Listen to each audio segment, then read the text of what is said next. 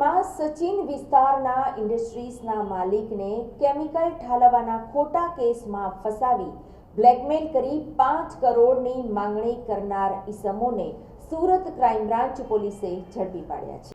આ અંગે ડીસીપી ભાવેશ રોજિયાએ જણાવ્યું હતું કે સુરતના સચિન જીઆઈડીસી વિસ્તારમાં ઇન્ડસ્ટ્રીઝ તથા ડાંગ મિલો આવેલી છે।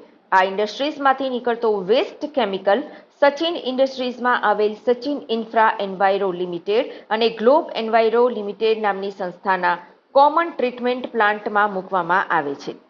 આ સંસ્થા વેસ્ટ કેમિકલનો નિકાલ જીપીસીબીના નિયમો અનુસાર કરે છે।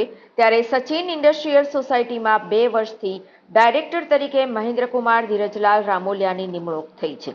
આજથી 4 મહિના પહેલા અજય ત્રિવેદી તથા તેજસ પાટીલ નામના 2 વ્યક્તિઓ મહેન્દ્રકુમાર પાસે આવ્યા અને જણાવ્યું કે સચિન જીઆઈડીસી વિસ્તારમાં આવેલ સચિન ઇન્ફ્રા એન્વાયર અને ગ્લોબ એન્વાયરો લિમિટેડ નામની 2 ઇન્ડસ્ટ્રીઝમાં ગેરકાયદેસર કેમિકલ ડિસ્ચાર્જ થાય છે અને આ બાબતના પુરાવા અમારી પાસે છે। અમે જીપીસીબી વિભાગમાં આ પુરાવા રજૂ કરી જીપીસીબી તરફથી ક્લોઝર અપાવી સચિન ઇન્ડસ્ટ્રીયલ વિસ્તારમાં કોઈ માણસ મરી જશે તો તમને જવાબદાર ઠેરવી ખોટા કેસમાં ફસાવી નાખીશું અને જો આગળની કાર્યવાહી ન કરવી હોય તો તેના પેટે 5 કરોડ રૂપિયાની માંગ કરી રૂપિયા નહીં આપો તો ફસાવી દેવાની ધમકી આપી 45 લાખમાં સેટલમેન્ટ કર્યું હતું।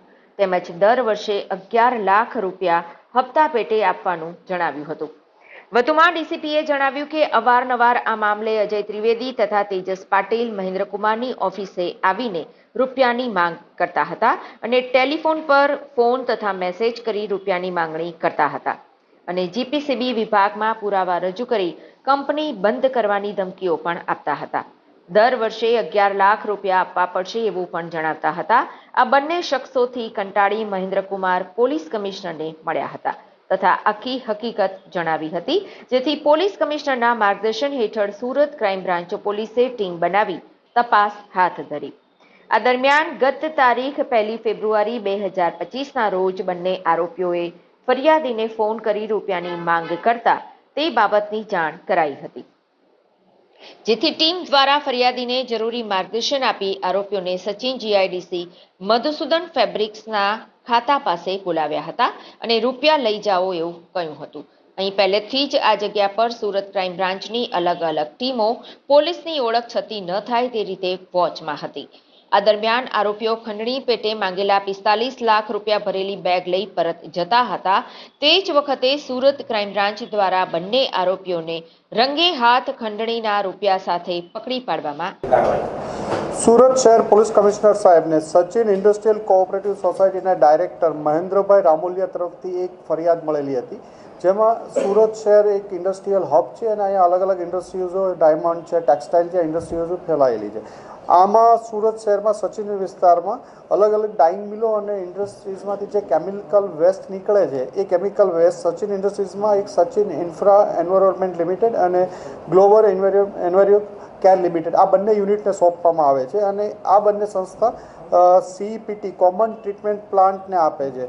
આ જે કેમિકલ વેસ્ટમાં નિકાલ જે થાય છે એ જીપીસીબીના રેગ્યુલેશન પ્રમાણે થતું હોય છે, એમનું અવારનવાર ઇન્સ્પેક્શન થતું હોય છે, પણ એમને આ મુદ્દો બનાવી વારંવાર આ યુનિટો વિરુદ્ધ અરજી કરવી, એમને બ્લેકમેલ કરવાના અવારનવાર પ્રયત્નો છેલ્લા 4 માસથી ચાલી રહ્યા હતા અને એમની પાસે અંદાજે 5 કરોડથી વધુની રકમ 2 ઇસમો દ્વારા માંગવામાં આવી હતી, જેમાં અજય રમેશભાઈ ત્રિવેદી રહેવાસી કનકપુર સચિન, મૂળ રહેવાસી સાવરકુંડલા અમરેલી જિલ્લાનો છે અને હાલમાં એનો જન્મથી જ અહીંયા હંમેશ અજય ત્રિવેદી સચિનમાં રહે છે। એની સાથે તેજસ ભરતભાઈ પાટીલ કે જે વેસુ વિસ્તારમાં રહે છે। આ બંને છેલ્લા 4 માસથી 5 કરોડથી વધુની રકમ માંગી રહ્યા હતા અને છેલ્લે એમને આ જીપીસીબી છે, સીપીસીબી છે, એનજીટી છે, આ અલગ અલગ જગ્યાએ પરેશાન ન કરવા અને ખોટી રીતે હેરાન ન કરવા માટે અને ધમકાવતા હતા કે કોઈ પણ ત્યાં ઇન્ડસ્ટ્રીઝમાં ડેથ થશે તો એમાં તમારું નામ એડ કરાવી દેશું કે આ કેમિકલ વેસ્ટ નીકળવાના કારણે થયું છે, એવી ધમકી આપી 5 કરોડથી વધુની રકમ માંગી હતી અને દર વર્ષે 10થી 12 લાખ રૂપિયા રેગ્યુલર દર વર્ષના આપવા માટેની ડિમાન્ડ આ લોકો કરી રહ્યા હતા। આ લોકોની ધમકીને વશ ન થઈ અને મહેન્દ્રભાઈ રામોલિયા અને સચિન જીઆઈડીસી તરફથી મહેરબાન પોલીસ કમિશનર સાહેબને એક ફરિયાદ કરવામાં આવી હતી, જેના અનુસંધાને ક્રાઇમ બ્રાન્ચ દ્વારા કાલે બપોરે 2 વાગે 45 લાખ રૂપિયા રોકડા લેવા આવતા અજય ત્રિવેદી અને તેજસ પાટીલને પકડી પાડવામાં આવ્યા છે. એમની પાસેથી 45 લાખ રૂપિયા જે લેવા આવ્યા હતા અમને દેવાના હતા એ મળ્યા છે.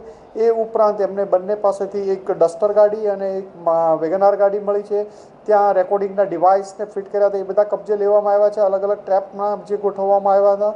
આ બંનેના ઘરે મોડી રાતે સર્ચ કરતા અલગ અલગ ફાઇલો અને લેપટોપ વગેરે સીઝ કરવામાં આવ્યું છે. એમના મોબાઈલ સીઝ કરવામાં આવ્યા છે. આમના ઉપરથી આ લોકો કોને કોને બીજાને બ્લેકમેલ કરતા હતા, જે એમની પાસેથી ફાઇલો મળી છે એના અનુસંધાને કોને કોને બ્લેકમેલ કર્યા હતા એની અમે તપાસ કરી રહ્યા છીએ, એને ગોતી રહ્યા છીએ. આ ઈસમો કોઈ પણ બીજા કોઈને, આ બંને ઈસમોએ કોઈ બીજાની પાસે બ્લેકમેલ કે કંઈ કરેલા હોય, કોઈના ધ્યાનમાં હોય તો પોલીસનો સંપર્ક કરી શકે છે. અને આવા અન્ય કોઈ પણ ઈસમો જો તમને બ્લેકમેલ કરવાનો કે કોઈ ઇન્ડસ્ટ્રીઝને નુકસાન કરવાનો પ્રયત્ન કરતા હોય તો પોલીસનો સંપર્ક કરશે તો કાયદેસરની કાર્યવાહી કરવામાં આવશે.